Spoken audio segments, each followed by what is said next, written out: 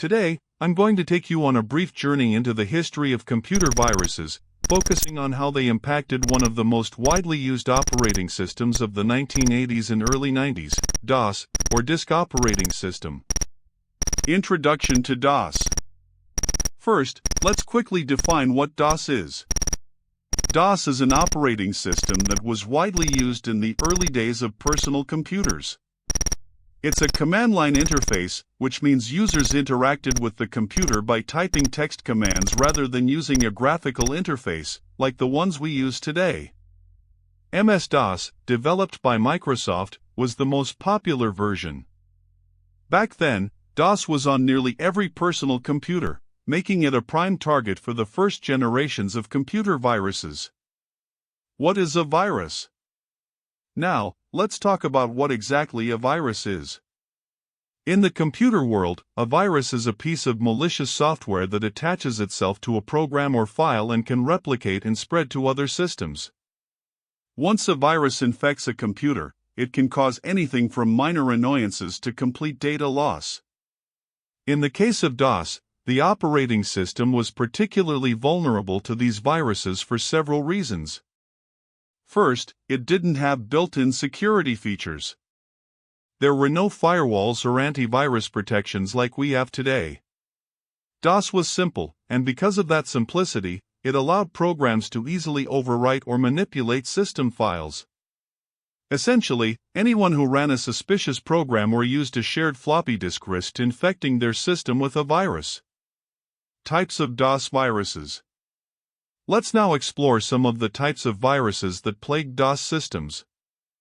File infectors. These viruses attached themselves to executable files, those ending in .exe or .com. When the user ran the infected file, the virus would activate. One of the earliest known examples is the Brain virus, created in 1986. It was one of the first viruses to infect the boot sector of floppy disks. Boot sector viruses, these were even more dangerous because they infected the master boot record, MBR, which is responsible for booting up the computer. One notorious example is the Stone virus, which infected floppy disk boot sectors and caused system failures. Macroviruses, although more common in later operating systems, some early DOS programs like WordPerfect or Lotus 123 were susceptible to early forms of macroviruses.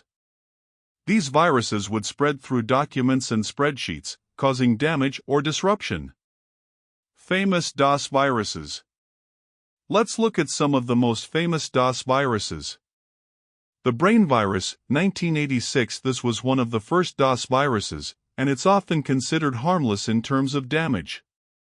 It was created by two brothers in Pakistan and was designed to spread through floppy disks. The virus didn't cause much harm, but it showed the world that viruses were possible and set the stage for more destructive malware. Cascade virus, 1987. This virus was known for its unusual behavior. It made letters on the screen cascade down, like falling blocks. While it wasn't terribly destructive, it slowed down systems and caught the attention of virus hunters. Michelangelo virus, 1991. This was a much more dangerous virus.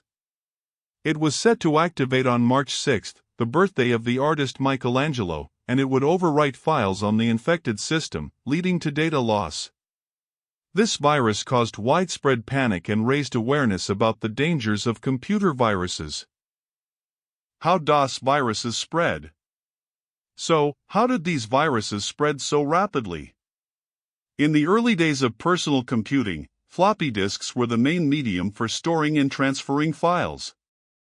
People often shared disks with friends, co-workers, or even customers, and this made it easy for viruses to spread. Moreover, the lack of antivirus software made it difficult for people to detect and remove viruses. DOS had no built-in protections, so users had to rely on third-party programs like McAfee or Norton Antivirus. But these programs were far from perfect, and many users didn't have them installed. Lastly, viruses often relied on social engineering to trick users. They would disguise themselves as useful programs, games, or utilities, encouraging users to run them, not knowing that they were executing a virus. Impact of DOS viruses.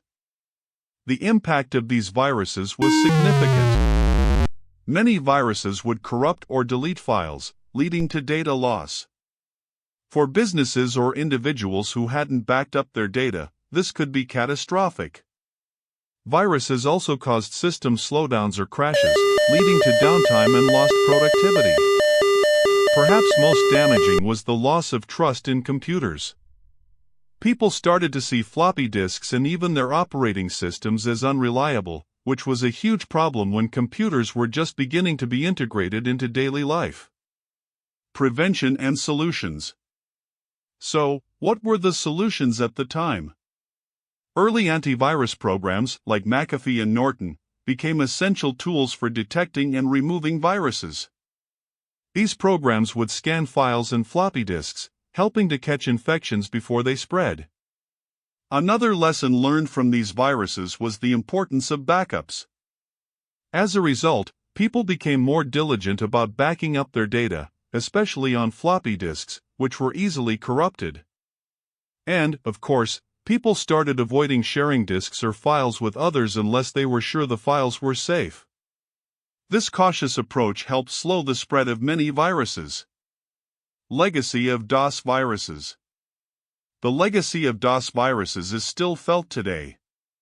Although DOS is no longer in use, the lessons learned from those early viruses shaped the way we approach computer security. Modern operating systems like Windows, macOS, and Linux now include advanced security features to protect against the types of viruses that once plagued DOS systems. Today's cybersecurity strategies, such as firewalls, automatic updates, and real-time antivirus scanning, are the result of decades of evolution in response to the challenges posed by early computer viruses. Conclusion. To wrap up, DOS viruses were some of the first examples of computer malware, and their impact was far-reaching. They highlighted the vulnerabilities in early operating systems and taught us valuable lessons about data protection and security. Although we don't use DOS today, the lessons from its viruses continue to influence the way we protect our computers and data.